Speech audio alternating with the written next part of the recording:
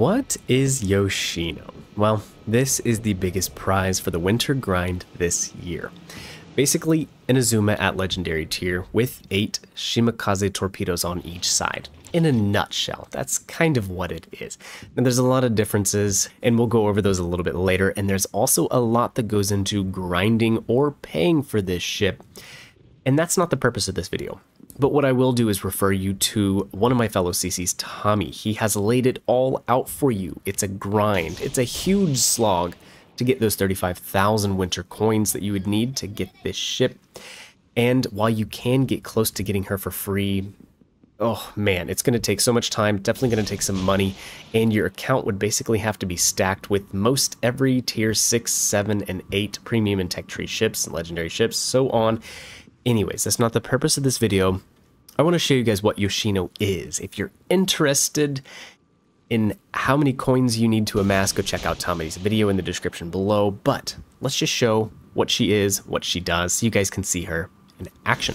We're on Sea of Fortune. Here at the beginning, we're just going to set ourselves up for a little crossfire for ships coming into sea. Yoshino's not a good up-close and personal fighting ship. I'll explain why a little later. So we're going to fight from afar until the board clears out a little bit. A big legendary Azuma. Yes, it does have better armor than Azuma, better AA, more health, and a few other differences besides the obvious torpedo armament. If you do get her and want to set her up, you'll just need to decide if you would like to focus on AP or more the HE. The choice is yours, like Azuma. I like a mix of both, but I really think she is better with the HE. I'll explain why. Module-wise, I am using the turret module in slot 1, propulsion, concealment, and main battery mod 3. For a free-to-play commander, Yamamoto is a great choice, focusing on DPM. Refill station is going to do just fine because you have a third heal stock and no radar or anything super useful. So refill station's fine just to buff your DPM. Molar Makawa, those are my inspos. That's my inspirations for like 80% of cruisers. You just can't go wrong with speed and concealment. But yeah. Stats-wise, she has some tough opponents up here like Stalingrad and Alaska, and mostly those are the ones that I would talk about because those are the other super cruisers up here at the tier. Super cruisers, that would be something I would say that has big, massive guns, like 12-inch guns like the Alaska or Yoshino or the Stalingrad would have, like 305, 310 millimeter guns. Torped. On who? No idea. 20-kilometer torps are silly, and I've had a couple times now where I just have no idea at all who I actually got a torped on. I guess it really doesn't matter, but moving on, stats. Health is a strong point for this boat. 61,800, that is one of the healthiest cruisers in the game, but she's going to need it. The armor scheme leaves a lot to be desired. Yeah, that's a 25 millimeter bow at legendary tier, and she is a massive, massive target. 30 millimeter deck and casemate means you can shatter Colbert shells, but not much else up here. Worcester, DM, some of these other ships, they are going to be able to farm you pretty good. And the Citadel is large and above the waterline, so be careful. Try to catch AP on your belt if you can, but this cruiser can be pretty squishy for such a big girl. Not very good torp protection either, 19%. What she does have is a pretty powerful armament of 310 millimeter guns, just like Azuma, with a little bit better Sigma of 2.05. Azuma's is just 2. Since we're comparing with Azuma, the reload on Yoshi here is 18.5, whereas Azuma's is 24 seconds. So quite a bit better reload, and with MBM3 and some reload perks for your Yamamoto or Azerlane Tagu, whoever you're using, you can get decent DPM numbers. And by decent, I mean she's going to fare a little bit better than Alaska and Stalingrad, the other super cruisers. The other ships like DM, Worcester, Colbert, obviously they're going to have super, super high DPMs that won't really, you know, it's apples to oranges. The AP is good, but I don't believe it has increased penetration angles like the Alaska or the Stalingrad, and I even want to say that Azuma had that buff when she was buffed a little while back, that she got increased pin angles. Don't quote me on that.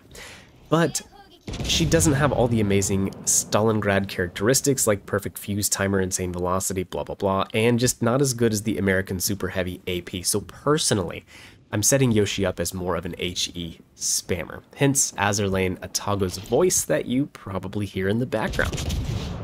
Watch for broadsides, the AP can still be punishing. I think we catch in Alaska a little bit later, but to me, I think you're just going to have better luck by spamming the HE, setting fires, things like that. Just my 2 cents. If I want to play an AP Cruiser, Stalingrad, Alaska, I feel like they're just better in this department. But she has more on the armament.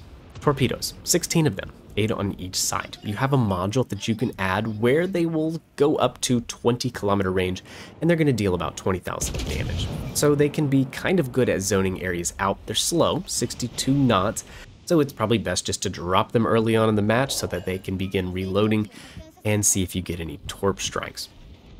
Most hits are probably going to be lucky, and one strategy, I guess, if you're, really wanting to strategize with Yoshino here, it's something that I've talked about with the gearing and even the Sommers, and that is if you can shoot at multiple lines of enemies. So maybe you miss the first enemy that's closer to you, he's at 10 kilometers, but maybe he has friends that are back at like 14 or 15 kilometers. It's possible you'll double your chances of getting torp hits. Anyways, AA is respectable. It's on par with the other cruisers up here, so nothing to scoff at. The agility, though, you can scoff at that. It's not good. This is a big boat, and she doesn't move around very well. Big turning circle, slow rudder. So, yeah, I would probably just set her up for DPM and play at range. Her concealment, though, is very good. Much better than even much smaller cruisers like Colbert. Balance. But it's just an IJN trait for their cruisers. They're very stealthy, so I would definitely use Mikawa and concealment mod if you get this big girl. The game in the background's going pretty well. We're going to cut across here, head for D, and see if we can get some crossfires on all of the enemy ships over at A. So I'm trying to be very impartial with the review of this ship because I realize the implications of, how much whaling or grinding could go into getting a ship like Yoshino. And it's for you to decide how much this ship is worth, how much of your time, how much of your money. She's unique, which is easy to accomplish. Really, IJN Legendary Tier Cruiser, she's the only one. So yeah, but she is unique. She has big guns, she's a super cruiser, she comes with torpedoes, she's stealthy, she's kind of cool. Fun to play, yes. Overpowered? No, I wouldn't go as far to say that. I think in the right hands, she could be a very threatening ship. And really, that's as much as I want to say about it. Otherwise, I just want you guys to see the gameplay, see how she performs and all of that stuff, and make the decision for yourself. If you are really curious about how to stack up the winter coins, what to do, what percentage in arena you need to be, how many winter coins you're going to get for this, that, and the other, go check out TommyBoy601's video that's going to be linked below, and he can explain the finer details of all of the grinding or the paying for stuff you're going to have to do. I would offer this suggestion. Don't whale, don't grind too much.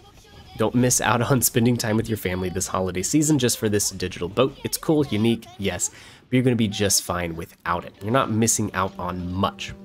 Let me know in the comment section down below if you're going to try and grind for her or what you think, or if you're content to miss out on this very expensive ship. 4 of the reds left, and we're getting into a position to hopefully start punishing them. And you can take a look what this AP does on Alaska. Really, I was expecting more. So we'll have to pay attention and see, was it just the accuracy, the shells missing, or did I shatter some here or there on his belt? Let's find out when we finally get him spotted and shoot again. And 20 seconds left on this cap.